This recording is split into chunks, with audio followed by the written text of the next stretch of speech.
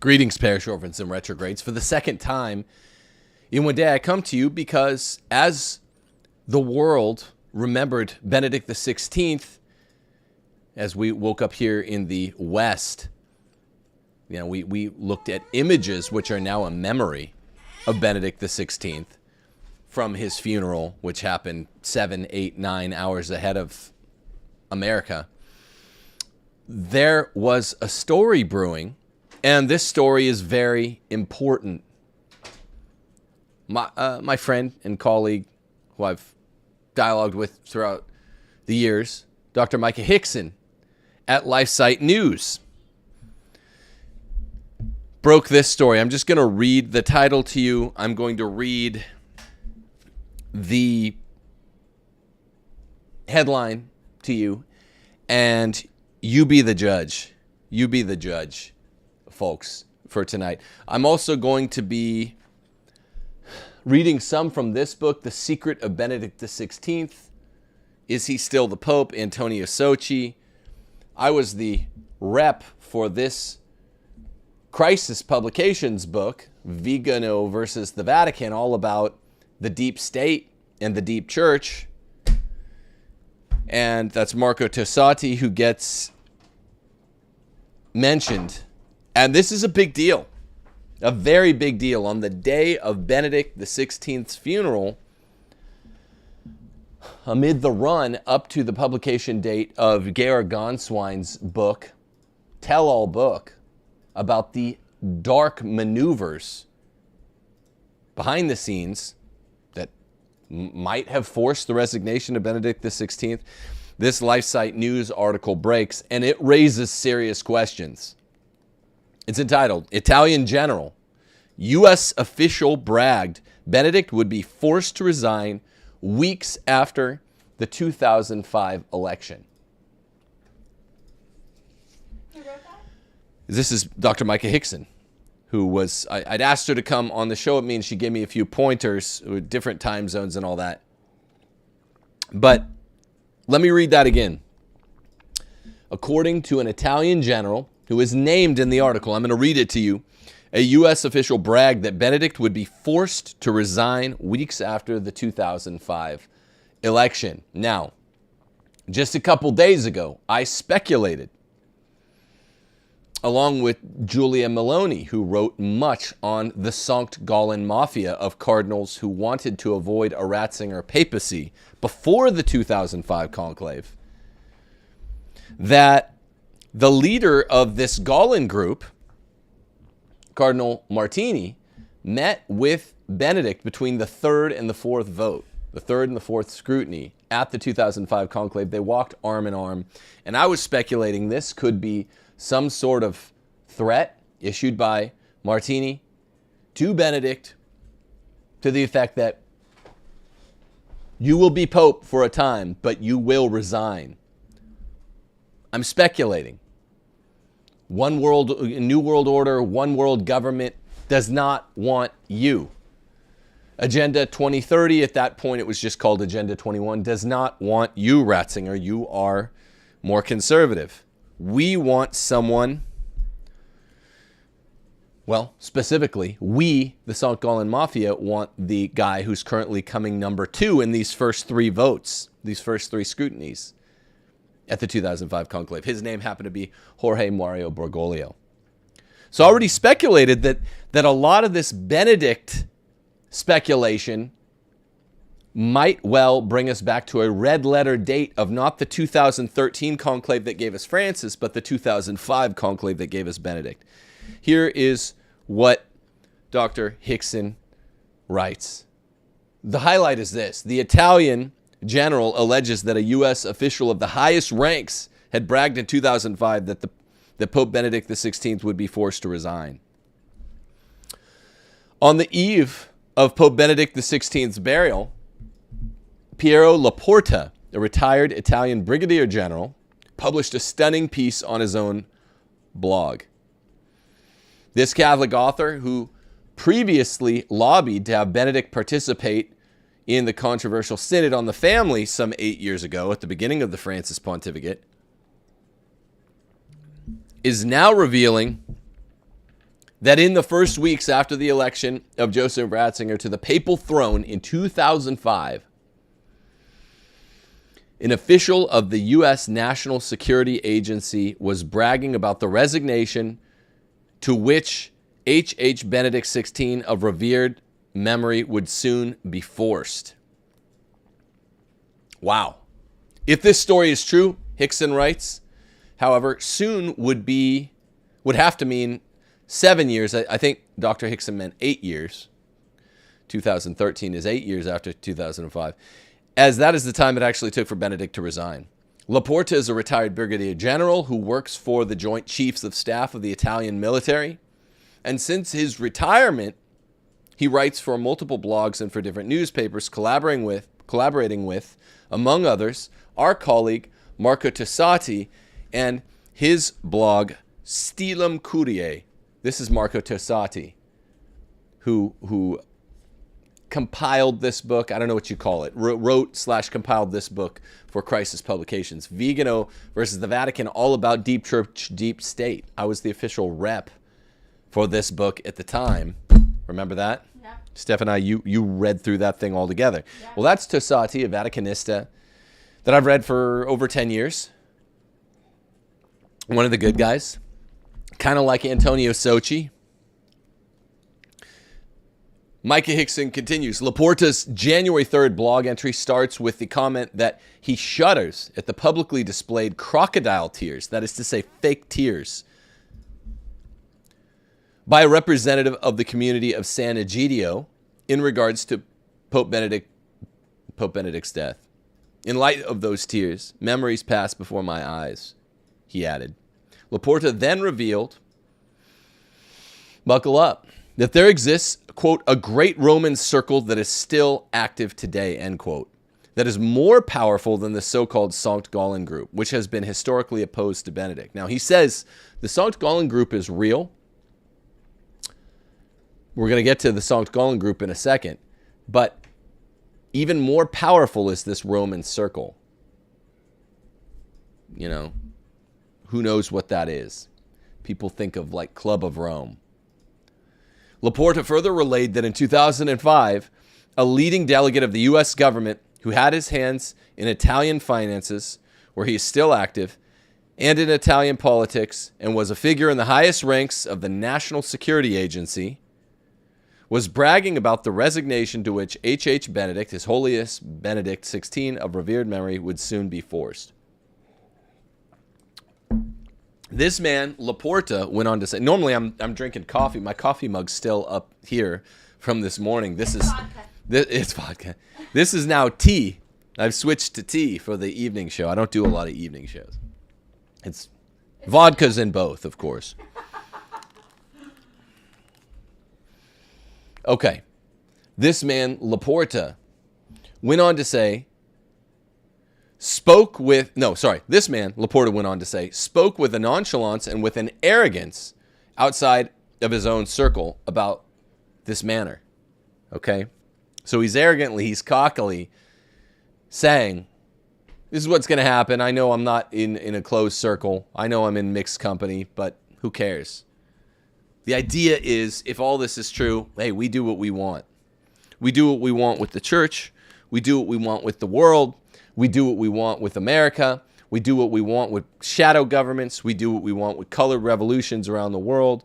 We're the secret government, the deep state, the deep church, and we're not afraid of saber rattling a little bit. We're not afraid of secrets coming out. Okay.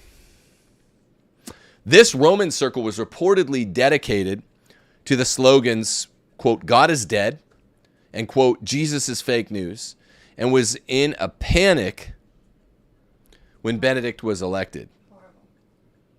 Now, lots of groups, evidently, lots of bad guys were in a panic when Benedict was elected. This attests well to Benedict's character, we were all us lovers of Jesus and political conservatives in the church were stoked about in the first half of Benedict's pontificate, but we haven't been sure since he left us to the wolves. Well, this is You judge a man by his friends, you also judge a man by his enemies. So this is kind of attesting to his good character once again, that he has such enemies. The Sankt Gallen Mafia, Laporta added, was no joke, but is a mere fig leaf compared to this Roman circle that Laporta refers to as a dome of demons. I don't think any longer, as I used to, that these kind of images are merely figurative. According to the Italian general, it was this group who isolated Benedict, leaving him alone, while the NSA goons scourged the truth, then crucified it. I wish sometimes, even after I mastered Italian when I lived and studied in Italy, Italians have a penchant for artistic flourishes. And sometimes I don't know what this means. Scourged the truth, then crucified it.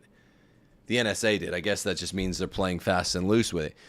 It is not known whether this man, who at the time reportedly worked for the U.S. government, actually played a role in the resignation of Pope Benedict XVI. However, for the sake of discussing the fullest narrative of this historic resignation, it might be helpful to report on Laporta's observations, making it a possible piece of the puzzle.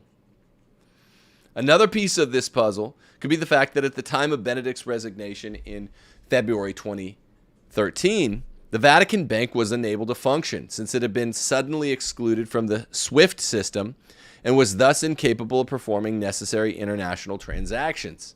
As Giuseppe Nardi of Catholicism Info reminds his readers today on his report on Laporta, Maurizio Blondet had discussed this matter in Italian in 2015. In light of Laporta's blog post, Blondet, a Catholic journalist, quoted Laporta and said that it was wise that Laporta did not disclose the U.S. official's name. He then reposted this 2015 report titled, "Ratzinger Could Neither Buy Nor Sell," which outlined the Vatican's 2013 financial problems with the SWIFT system, thereby implying that he himself sees a link between Laporta's report and this financial aspect of the history of Benedict's resignation. A third piece of the puzzle, which refers to the above-mentioned Sankt Gallen group, is that there might have been a conversation between Cardinal Carlo Martini and Benedict in 2012, 7 years after that arm-in-arm discussion in between the third and the fourth vote at the 2005 conclave, where these two rivals were walking together, and shortly after lunch broke, then in the fourth scrutiny, all of the Gallen group's votes were transferred to Benedict. They'd been locked up before between Benedict and Bergoglio. And suddenly all those votes transferred to him as if they'd reached some deal. I'm just speculating, but it's reasonable speculation.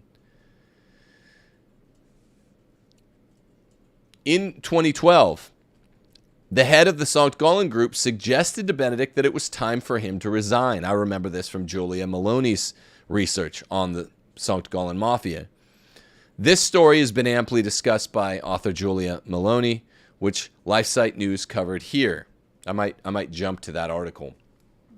Perhaps only future historians will be able to put together a fuller picture as to why a pope would resign, thus leaving the church in the hands of modernists who are out to undermine the core of the Catholic Church's doctrine and morals. LifeSite News has reached out to Laporta to obtain further details, particularly as to why the NSA official would say that they would soon force him to resign, considering the alleged discussion took place a full 8 years, before Benedict's actual resignation. They keep saying that.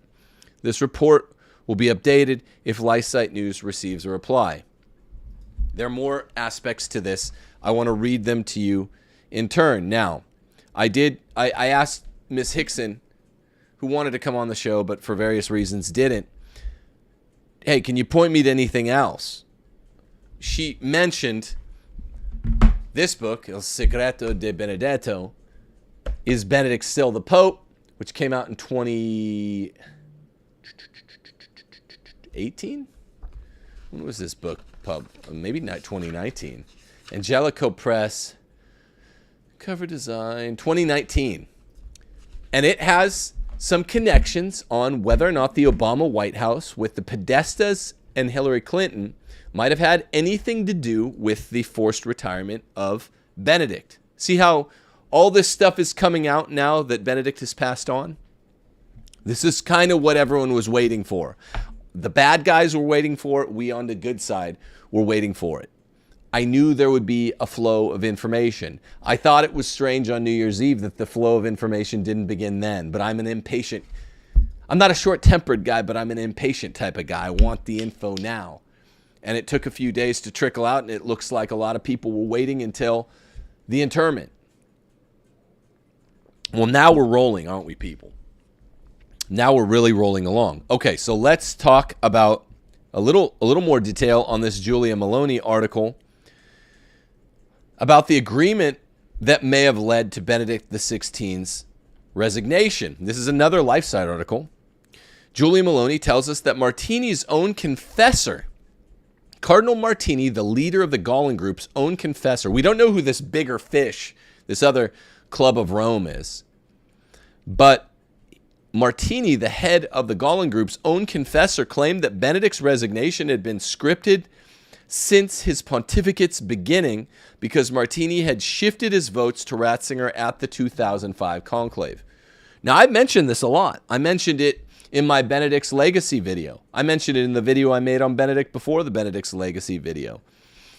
This was from about a year and a couple months ago, October the 25th, 2021. The American scholar and columnist Julia Maloney has just published her long-awaited, excellent and deep researched history of the St. Gallen Mafia, a group of progressive bishops regularly meeting in Switzerland and plotting to further revolutionize the Catholic Church. I wrote the foreword for that book, which tells us much about the machinations of these leftist bishops and cardinals, their agenda, even their idea that the church needed a new Francis long before Pope Francis was elected. But the captivating book tells us also more about Pope Benedict XVI's own possible entanglement with the group. Interesting. And remember, according to the Italian general that gives rise to this video, this other group is a much bigger fish than the Gaulen group. Maloney is able to retrace, with the help of different sources, the events at the 2005 conclave that led to Pope Benedict's election and possibly to his later resignation. We shall highlight this aspect of the new book, since many aspects of Pope Francis's election are already better known. And also since the parallels between the intentions of the St. Gallen group and Pope Francis's agenda are so well known at this point. Even better now, a year and 3 months later, as we are halfway, 40% of the way through the Synod on Synodality. Francis's work product and the intent of the Gaulen group are like this. They're reduplicates of one another. The St. Gallen Mafia, as many readers will know, was a group of cardinals and bishops that regularly met from 1996 on in St. Gallen, Switzerland, to discuss the reform agenda for the church. The reform agenda for the church. What they discussed, from communion for the divorced and remarried, Francis's first big act in office, intercommunion with the Lutherans, collegiality and synodality. He's had how many synods? 4 since he's been in the chair. Decentralization of the church and so on unto the married priesthood has been on the agenda of Pope Francis too. Cardinals Karl Lehmann, Walter Casper, Achille Silvestrini, who became the head after Martini got sick, Gottfried Daniels, who told us there was such a thing as the Mafia Club, he called it, Carlo Maria Martini, Cormac Murphy O'Connor, and Basil Hume, to name only a few, were among them. Maloney shows that Martini was the head of this group and that his godfather was Father Karl Rahner, the leader of the revolutionary group at the Second Vatican Council.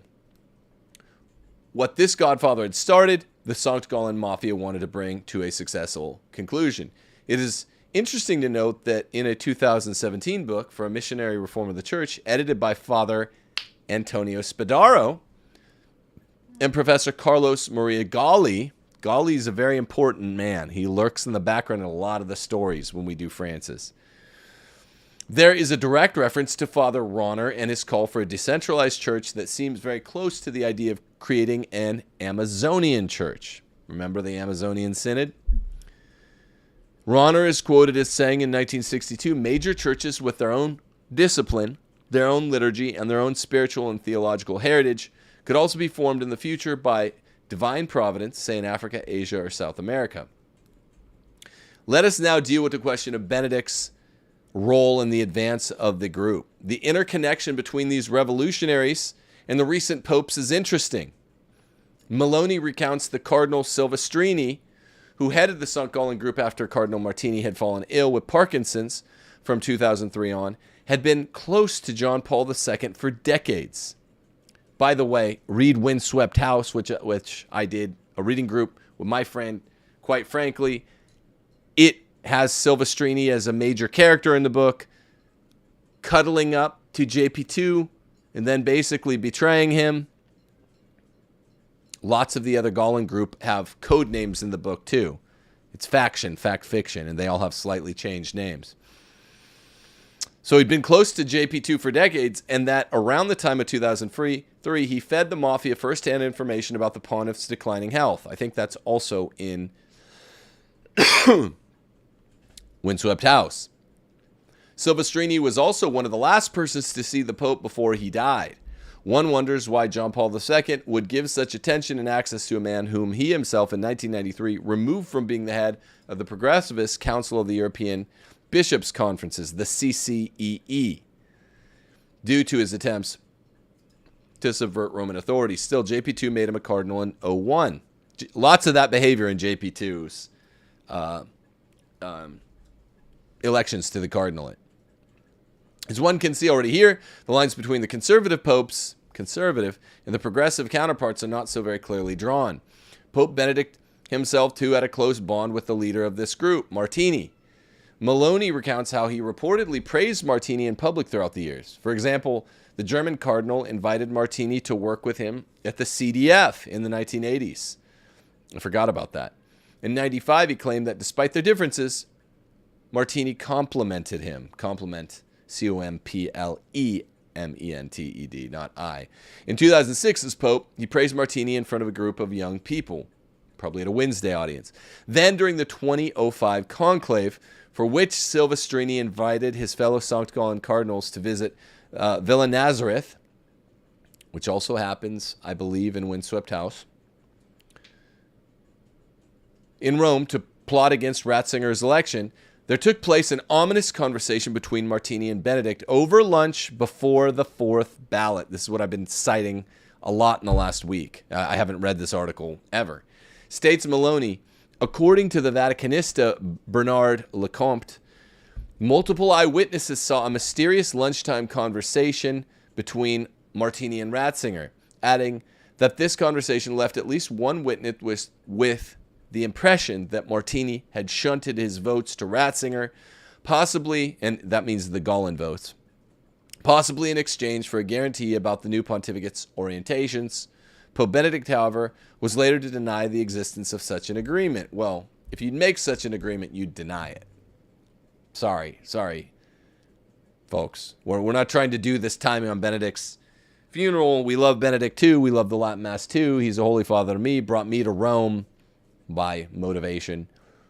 But it's just a fact. If he would do this, he wouldn't admit it. At that point during the conclave, it had become clear that a dramatic struggle between the Gallen group and Ratzinger's supporters took shape, with Ratzinger leading and Bergoglio, the candidate of the St. Gallen group, in 2005, after him. Interestingly, during that same lunch break at which Ratzinger met with Martini, Bergoglio is said to have told his supporters to vote for Ratzinger.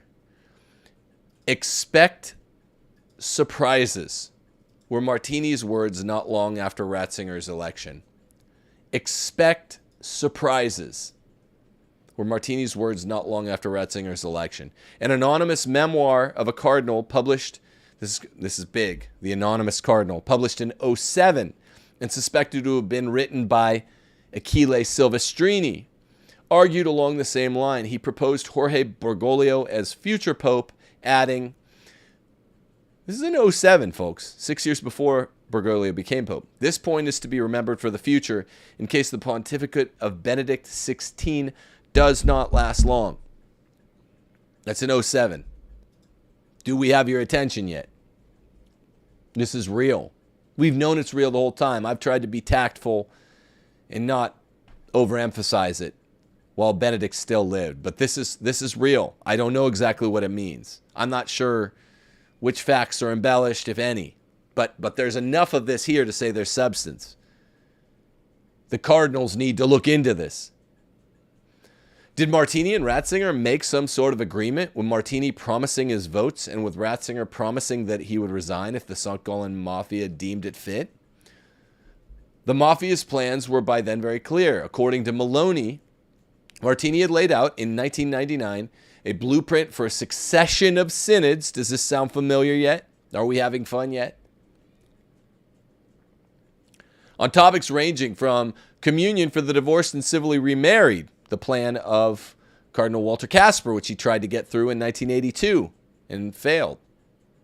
He's on the St. Gallen Mafia, and guess what? He got it through under Francis, if you haven't been paying attention.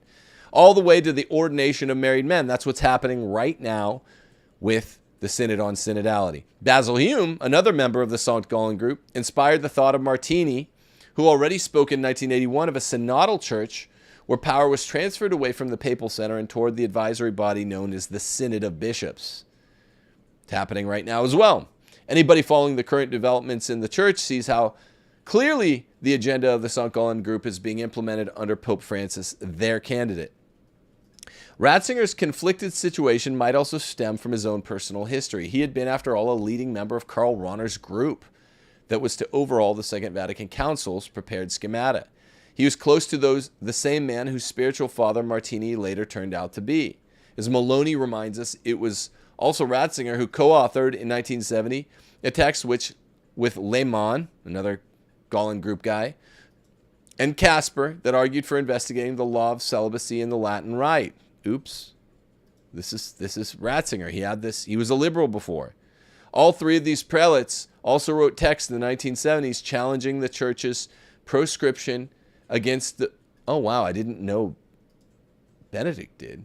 Ratzinger. All three of these also wrote texts in the 70s challenging the church's prescription against communion for the divorced and civilly remarried. I did not know that about Benedict. Everything else is like in a jumble in my mind. That's new. These thoughts, as Maloney shows, go back to Rahner, who himself already hoped for a synodal church, which I knew, and for questioning priestly celibacy, which I knew. Thus, author Maloney concludes Rahner might very well be called the father of the St. Gallen Mafia. Interesting to note, too, is that both Casper and Daniels were tasked at the 1985 Synod of Bishops on the legacy of the council to prepare the synod's texts. It was perhaps due to this intertwining relationship between Ratzinger and JP2 and the St. Gallen Mafia that Ratzinger was willing to cooperate with them to some extent at the 2005 conclave. A lot of people will have a hard time believing that. I don't know whether I believe it or not. It's just a connection. It's just a thread. We are the peasants whispering black legend to one another in the shadow of Dracula's castle. What goes on in those walls? We don't really know. We're the plebes. We're the parish orphans. We don't know. As Pope, he will be a different man than he was as cardinals, Daniels mysteriously said after the conclave. I remember that. As Pope, Benedict certainly did not discipline Martini when he, in a 2006 interview, publicly questioned the church's teachings on life issues, such as the ban on artificial fertilization. He was the ante-pope, not anti-pope, but the pre-pope, Maloney argues, pointing out that Martini laid the groundwork for Bergoglio's later papacy. He laid all this stuff, Cardinal Martini. And he got most of it from Karl Rahner. Even Benedict was, quote, listening to us, unquote, as the mysterious cardinal, probably Silvestrini, St. Gallen leader after Martini, argued in his 2007 memoir. There was talk about him being a transitional figure, passing quickly without leaving a legacy, according to Maloney. Transitional pope. Ante-pope. Interestingly, the same Martini who laid the groundwork for Bergoglio seemed to have been hopeful from 2011 on. He talked about communion for the remarried. In April of that year, he wrote Benedict a letter touching upon the themes of sexual ethics, communion for the remarried, and the relationship between the church and political power. I'm going to get to that in Antonio Socci's book. Shortly afterwards, Benedict invited him for an April 9th visit. Martini had previously written him another letter on grave and secret things, quote unquote. At their April 2011 meeting, Martini asked Benedict to take prophetic actions, Maloney informs us. The biographer of Cardinal Martini, Marco Graziano, I think it might be Graziano, it might be a typo, later said that Martini counted on Benedict, quote, whom he helped elect to provide new surprises. Does this sound familiar? Pope Francis always talks about the God of surprises. As Maloney herself sums up the biographer's words. Maloney tells us that Martini's own confessor, Father Silvano Fausti, claimed that Benedict's resignation had been scripted since his pontificate's beginning, because Martini had shifted his votes to Ratzinger at the 2005 conclave. Martini, the priest, said to Ratzinger at the 2005 conclave, tomorrow, accept the papacy with my votes. You accept, since you've been in the Curia for years, you've done the time. You're intelligent and honest, try and reform the Curia, and if not, you leave. This might be uncomfortable for a lot of Ratzingerians. And Miss Hickson, Mrs. Hickson, Dr. Hickson is writing me now saying, no, it was a mere 7 years for a reason. It wasn't 05 to 13. But 12. As many of our readers might remember, it was in June 2012 that Martini told Benedict that it was time to resign. The Curia is not going to change. You have no choice but to leave, the old cardinal told the Pope. He stated in January of that same year, quote, I hope that he will resign soon. See, everyone knew he was going to resign when you look into this. You read a few books on the right topic, and this resignation had how much to do with his health? Goose egg. And how do we know? So don't call me a liar. Don't call me a conspiracy theorist, people. NSA believing folk. Because he lived for a decade after he retired for his health. I feel like Jim Garrison bringing the only trial in the JFK funeral from an 8-hour drive away. Dallas to New Orleans. He was the New Orleans DA, and he brought the only trial. Someone needs to bring a trial here. In April, Martini went with, quote, a few other bishops to, quote, Switzerland, probably St. Gallen. That way, they too will be more free. They always said we go to Switzerland to St. Gallen, not too far from another little town in Switzerland called Davos, where the WEF meets, which has become very cozy with the Vatican in the last 9.5 years. As he told a friend, interestingly, in that very same year, Cardinal Casper started talking about a southerly wind that was blowing in the church. Is this a wind coming from Argentina? Of course. Of course it was. The rest is history. We need a Francis, Cardinal Daniels said right before the 2013 conclave. Oh, wow. Now that's new, too. Yeah, I'm responding honestly anytime there's a new fact I don't know. As, having looked into this and reported on a lot. We need a Francis, said Cardinal Daniels before the 2013 conclave. This implies that they kind of picked this name for the first Jesuit pope. Wow. I didn't know that. St. Gallen Mafia won at that conclave, with Pope Francis since then working on each of the points of their agenda, from communion for the remarried to intercommunion, priestly celibacy, female diaconate, and now finally a prelude to a third Vatican Council, which is called the Synod on Synodality. And that, my friends, as I've told you for about a year and a half, the Synod on Synodality is the knockout blow, the way they've drawn this up. It's a knockout blow to the church. You think Vatican II messed things up with ambiguities that were later weaponized with retroactive harm or whatever? Wait until you see what they're doing at the Synod on Synodality. Will we ever know exactly what sort of agreement Ratzinger made with Martini at the time of the 2005 conclave? This is another Hickson article. LifeSite reached out to Benedict, and he did not respond, of course. Now, this was written a while ago.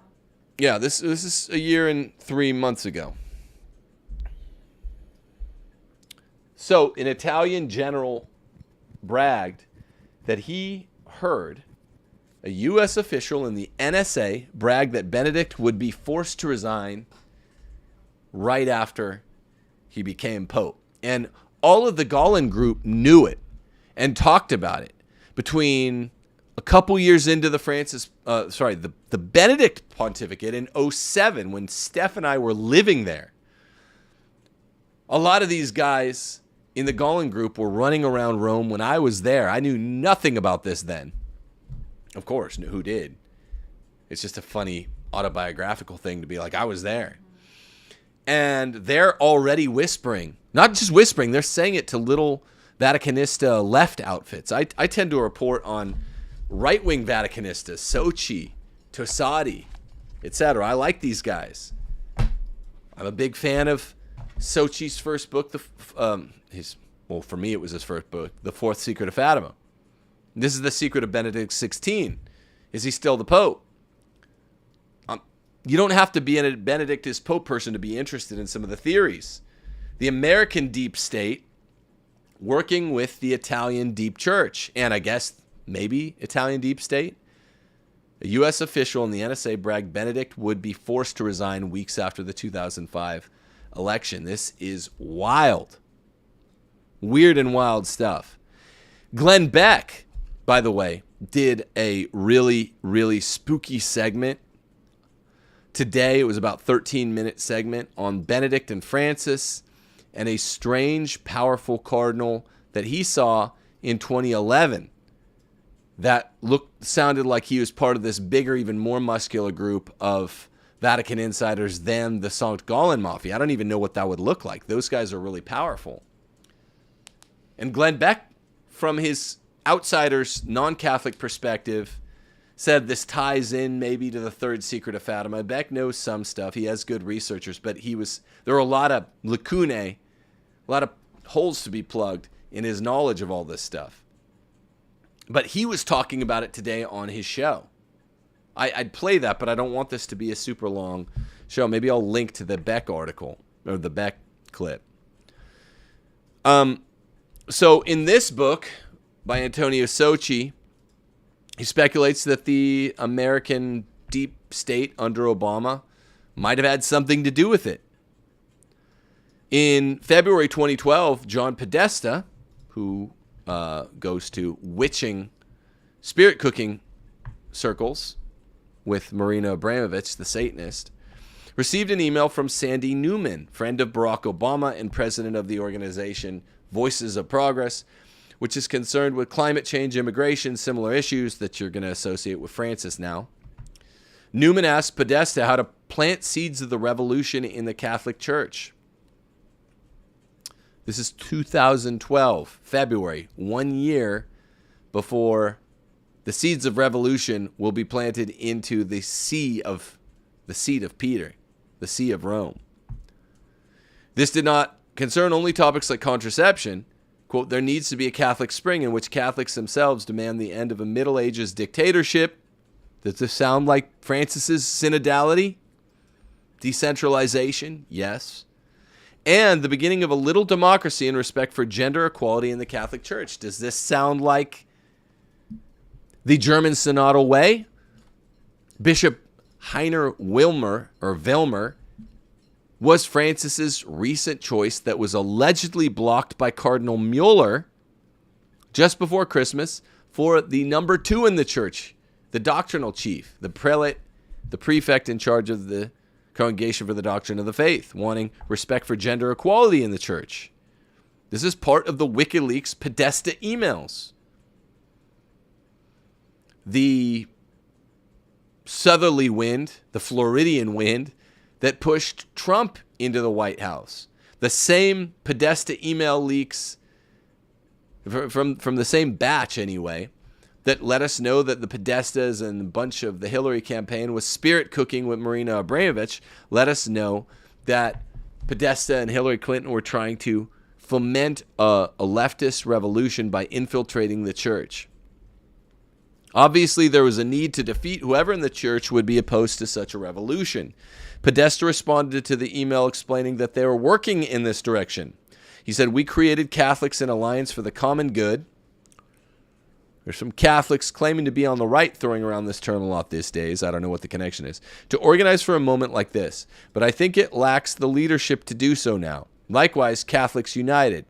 Like the spring movements, I think this one will have to be bottom up."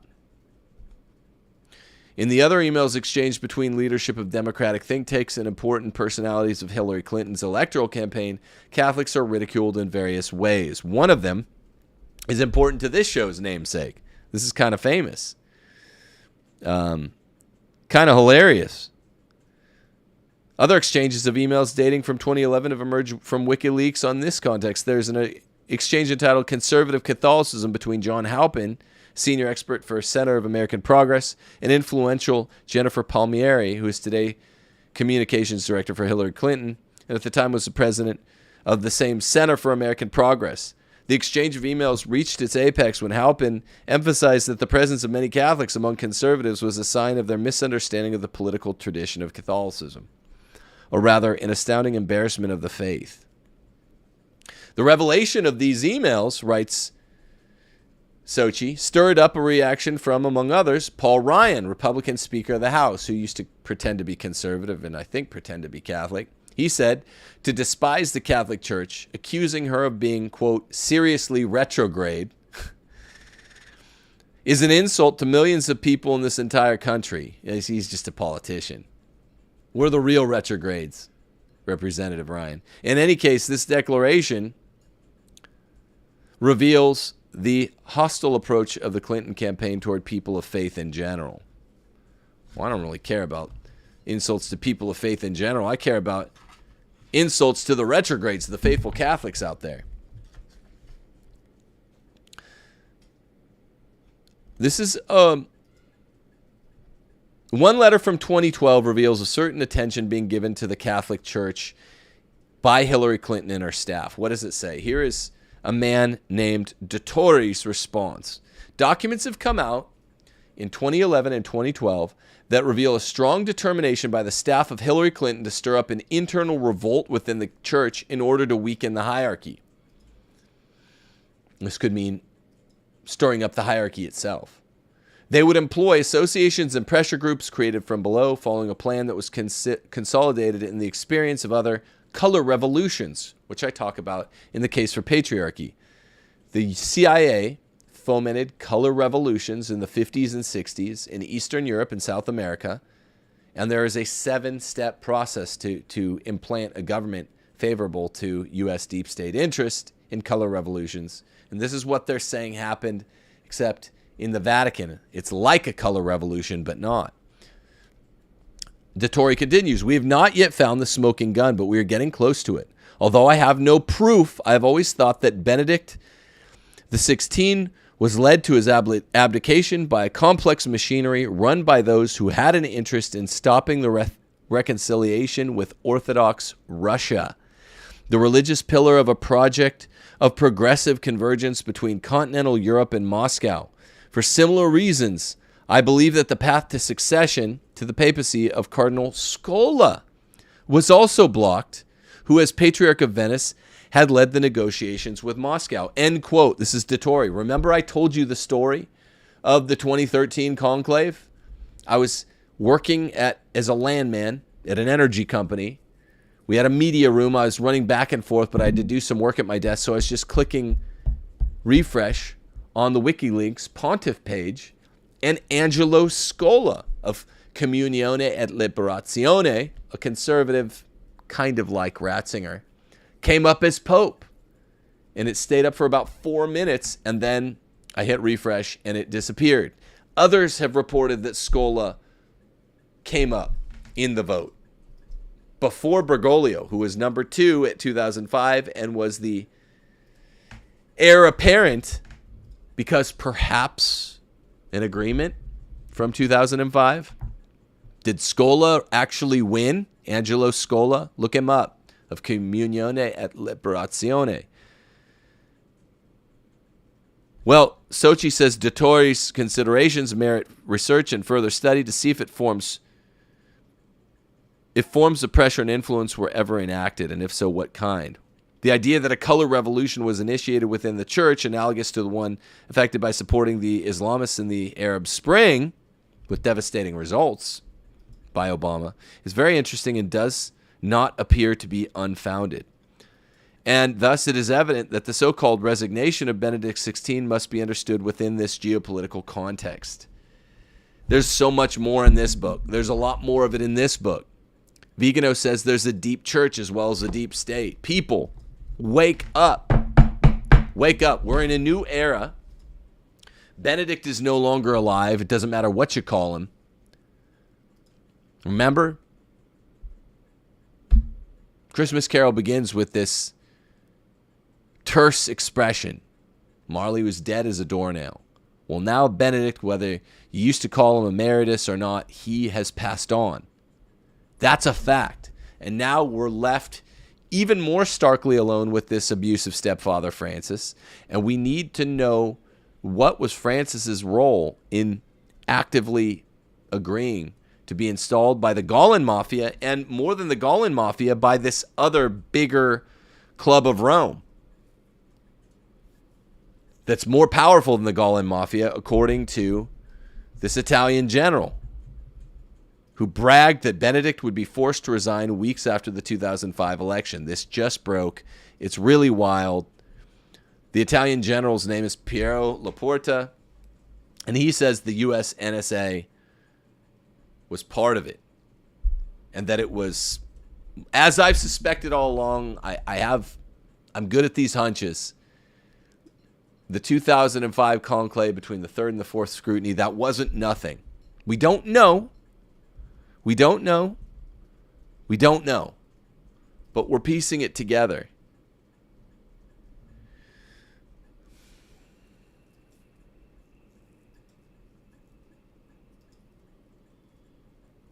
I'm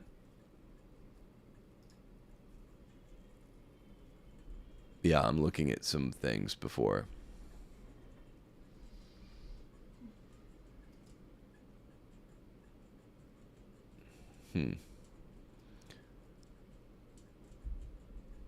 Catholic Spring. What a thing. Isn't that wild? Well, if they do an Arab Spring, they're going to do a Catholic spring. Italian geostrategist fuels debate over Pope Benedict's resignation. This is a 1 Peter 5 article by Dr. Hickson from May 23rd, 2017, where she talks about an article published recently by an Italian geostrategist and university professor, which again sparked questions concerning the reasons for Pope Benedict XVI's surprising resignation in 2013. Professor Germano Dettori, who I was just quoting from in this book, see these names pop up everywhere, a professor at the Institute for Strategic Studies at the Carli Guido University in Rome, wrote an article in the April 2017 issue of Limes, a geostrategic journal.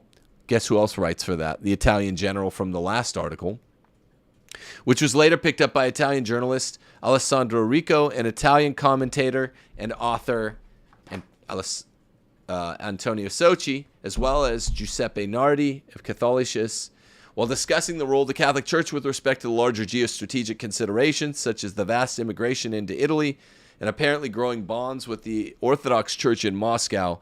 Dettori makes the following stunning but substantiated comments.